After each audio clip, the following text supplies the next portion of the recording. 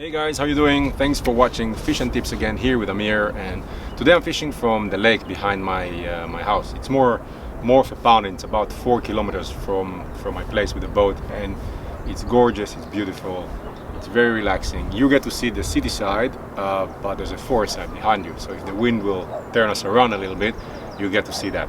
And we're here to talk about landing nets.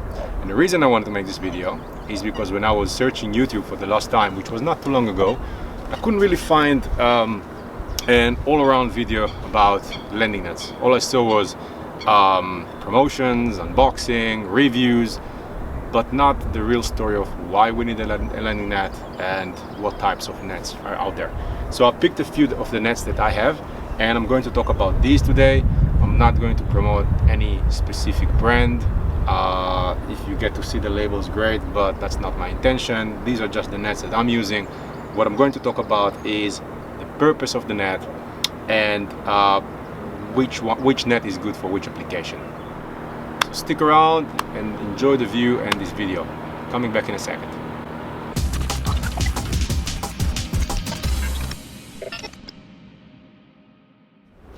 So when do you need a net and when don't you need a net? So if you're fishing for small panfish or very light fish, or equally if you're fishing for marlin or sharks or huge monsters, then you probably don't need a landing net.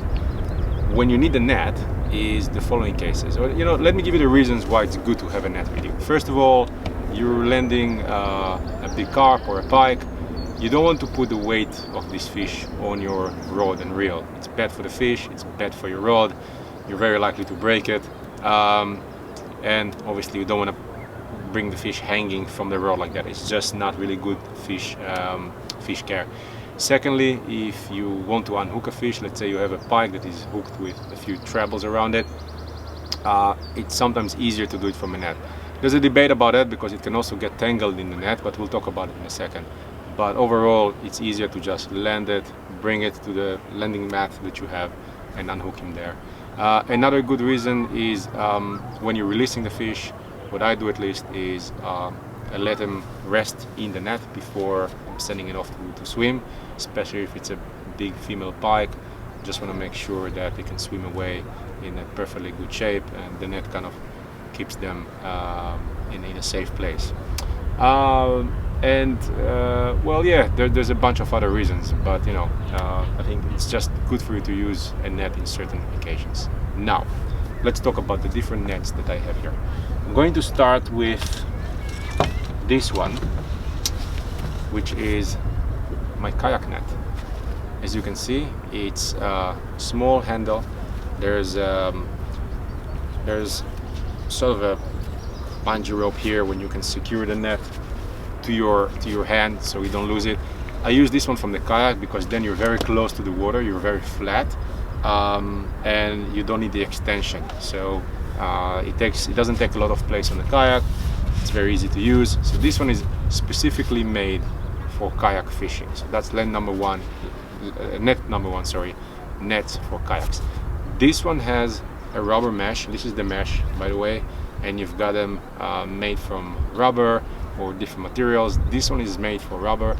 The reason that is made for rubber is that when you get the hooks from the treble hooks that I just mentioned before, that's a noisy little bird, it's easier to release it from this type of a mesh. It doesn't get tangled like with other meshes that are made from either poly or any other material that is not rubber. So keep it in mind. It's a floating net, which is really helpful if you're fishing from the kayak and you need to release the fish. So that's just an example for net number one. The second net is a net that I'm using. It's this one. It happens to be an Abu Garcia net, and let me just open it. It's a little bit beaten up. I had it for a while now. So it's a very good, robust net. You've got here those clips. Sorry, you can see it. You got those clips here, and then it just kind of pushes itself to the place. There you go. So this one is made from, I don't know what this material is, polyester or cotton or something like that, something that you make clothes with. I I guess. The problem with this is that when you get, if you're using treble hooks and it gets tangled, good luck with releasing them. You see this hole here?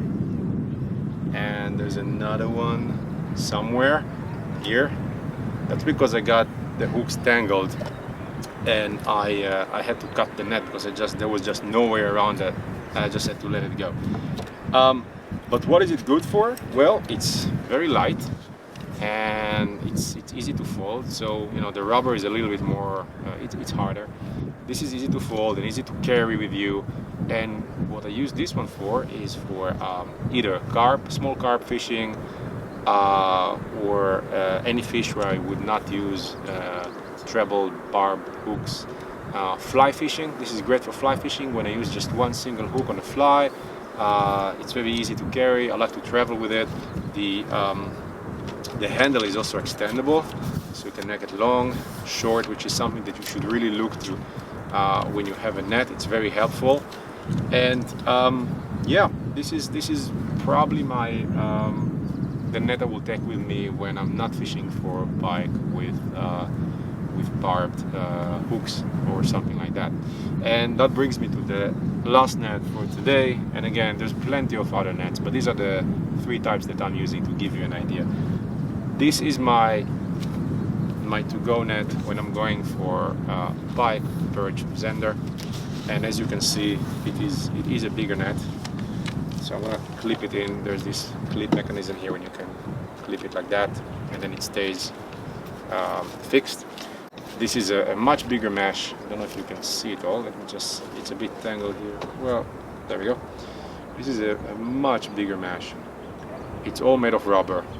It's an excellent net. This one happens to be again from, I think it's a Fox Rage net with the extendable handle, which is a bit stuck. Okay. Yeah, there you go. It's quite long. And back. So. And this is a great one. If you've seen any of my videos, then you've seen I'm using this one a lot, especially from the boat. It's easy to carry. It's not ideal in the sense that it's a bit heavier than the other nets that I showed you. I'm doing it wrong. I'm trying to film and do it at the same time. There. But it folds. It folds okay. Overall, there's about 1 meter here that you need to carry. I took this one with me on a scooter and on a bike and in the car. It all works. So these are my 3 types of nets, and it should give you a little bit of an idea of what to look for in a net. Again, if you're out for the predatory fish, you probably want to have a rubber net with an extendable handle, which is foldable, like the ones that I have, so you can carry it from one place to another without having to have it constantly open. That's extremely uncomfortable. You can change the mesh on a net, but to be honest, for the price that you pay, it's probably just easier to buy a new net if you need it once in a while.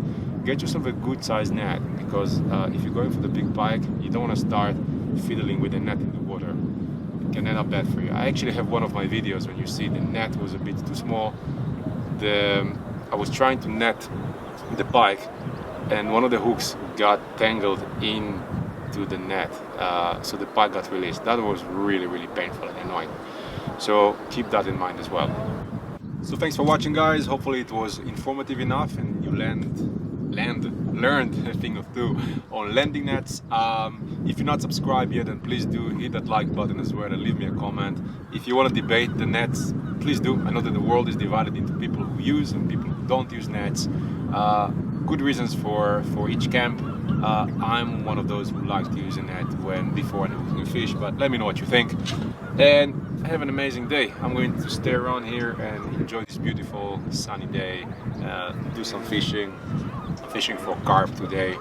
Let's see what happens, but other than that, I'll just have a beer and enjoy the view. So thank you for watching, and see you in my next video. Bye bye for now.